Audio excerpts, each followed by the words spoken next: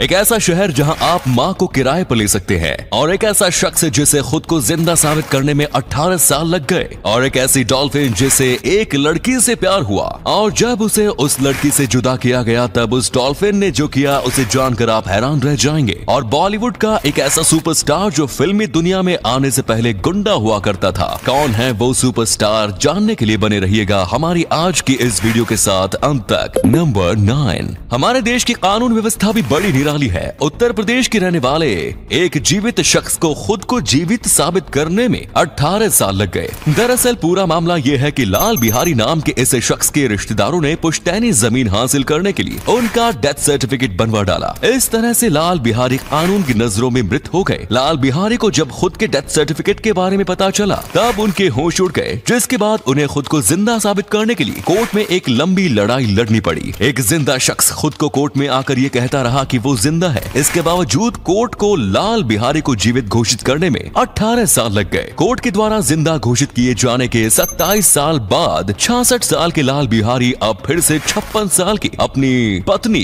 कर्मी देवी के साथ दोबारा शादी करने जा रहे हैं, क्योंकि सरकारी कागज में उनका पुनर्जन्म हुआ है। इसीलिए लाल बिहारी का कहना है कि पुनर्जन्म के बाद पुनर्विवाह भी जरूरी है। नंबर 8। कर्नाटक के रहने वाले रवि होंगल को अपने प्रोफेशन से इतना ज्यादा प्यार है कि किसी प्रोफेशन के प्रति ऐसा प्यार आपने कभी नहीं देखा होगा। रवि होंगल को बचपन से ही फोटोग्राफी का शौक था। बड़े होने पर उन्होंने अपनी इस हॉबी को अपने प्रोफेशन में बदल लिया और फोटोग्राफर बन गए। फोटोग्राफी के प्रति उनकी दीवानगी इस कदर है कि उन्होंने अपने घर को कैमरे के डिजाइन में बनाया है। कैमरे के लेंस की जगह पर इन्होंने घर की खिड़की बनवाई है और घर के बाकी डिजाइन भी कैमरे के पार्ट्स को दर्शाते हैं। इनके इस घर का नाम है क्लिक। लेकिन फोटोग्राफी के प्रति इनका प्यार सिर्फ घर तक ही सीमित नहीं रहा, बल्कि उन्होंने अपने फैमिली को भी इस प्यार में शामिल कर लिया। उन्होंने अपने बच्चों के नाम एप्सन, कैनन और निकॉन रखे हैं। Next is number 7। कहते हैं कि दुनिया में पैसे से हर कुछ खरीदा जा सकता है, बस रिश्ते नहीं खरीदे जा सकते। लेकिन अब ये बात भी गलत साबित होने वाली है, क्योंकि अगर आप न्यूयॉर्क में रहते हैं तो फिर आप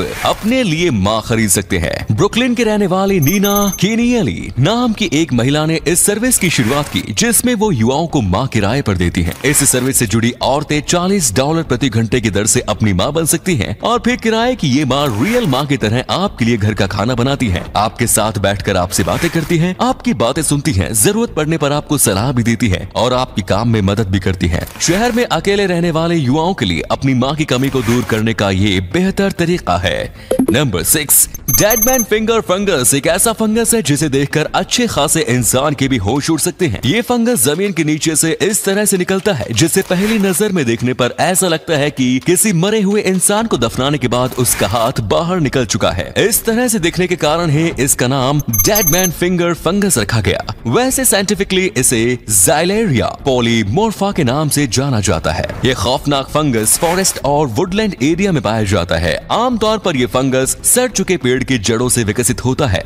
नंबर 5। भारतीय हॉकी को नई ऊंचाइयों पर पहुंचाने वाली महिला हॉकी टीम की कप्तान रानी रामपाल की परवरिश इतनी गरीबी में हुई है कि वो कई बार उनके परिवार के पास खाने के पैसे भी नहीं होते थे। रानी रामपाल के पिता तांगा चलाते थे, वहीं उनकी मां नौकरानी का काम किया करती थी। रानी रामपाल जहां हॉकी की प्रैक्टिस करने जाती थी, वहां सभी खिलाड़ियों को अपने साथ 500 ml दूध लाना जरूरी होता था, लेकिन गरीबी के कारण रानी को केवल 200 ml दूध ही मिल पाता था। 200 ml दूध देखकर कोच गुस्सा होकर उन्हें टीम से निकाल दे। इस डर से रानी 200 ml दूध में 300 ml पानी मिलाकर उसे 500 ml कर लिया करती थी। रानी को प्रैक्टिस के लिए हर दिन सुबह उठना होता था, लेकिन उनके घर में टाइम देखने के लिए घड़ी नहीं थी, जिस कारण उनकी माँ सूरज निकलने से पहले उठ जाती थी और फिर आसमान की रोशनी देखकर टाइम का अंदाजा लगाकर रानी को प्रैक्टिस के लिए जगाया करती थी। रानी रामपाल के संघर्ष को हमारा सलाम। हमारे देश के युवाओं को रानी जैसी रियल हीरो से इंस्पिरेशन लेनी चाहिए। नंबर 4। भारत सरकार दिल्ली से मुंबई के बीच एक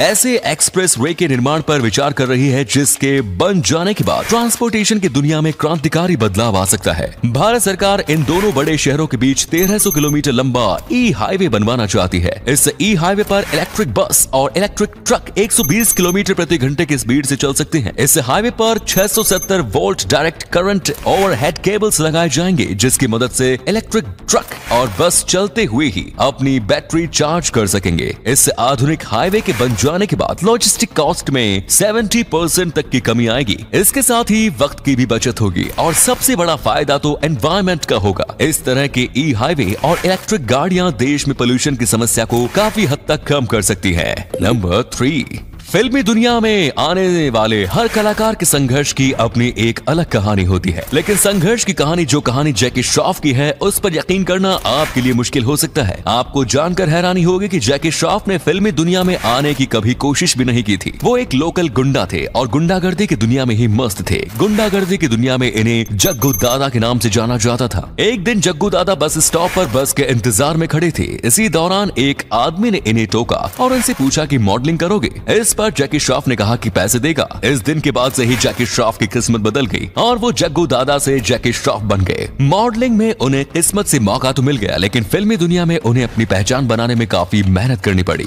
नंबर 2, डॉल्फिन्स इंटेलिजेंट तो होती ही हैं, साथ में इनके अंदर इंसानों की तरह ही फीलिंग्स भी होती है। 1965 में एक साइंटिफिक एक्सपेरिमेंट के लिए मार्गरेट हॉवी नाम की एक लड़की को पीटर नाम के एक डॉल्फिन के साथ वक्त बिताने के लिए कहा गया। ये दोनों साथ में काफी सारे वक्त बिताने लगे और मार्गरेट पीटर को कई सारी चीजें सिखाने लगी। इसी दौरान पीटर को मार्गरेट से प्यार हो गया और वो उसके साथ शारीरिक संबंध बनाने की कोशिश करने लगा, जिसके बाद 2 फीमेल डॉल्फिन्स लाई गई जिसे पीटर के साथ रखा गया। लेकिन पीटर इन दोनों फीमेल डॉल्फिन्स के साथ संबंध बनाने के बजाय मार्गरेट के साथ ही ऐसा करने की कोशिश करता रहा, जिस कारण इस एक्सपेरिमेंट को बीच में ही रोक दिया गया और पीटर को फ्लोरिडा के डॉल्फिन टैंक में भेज दिया गया। मार्गरेट से जुदा होने के कुछ हफ्ते बाद ही पीटर की मौत हो गई। कई एक्सपर्ट्स का मानना था कि पीटर ने जानबूझकर अपनी सांसें रोककर आत्महत्या कर ली थी। मरने की वजह जो भी हो, लेकिन ये तो तय है कि पीटर मार्गरेट की जुदाई बर्दाश्त नहीं कर पाए।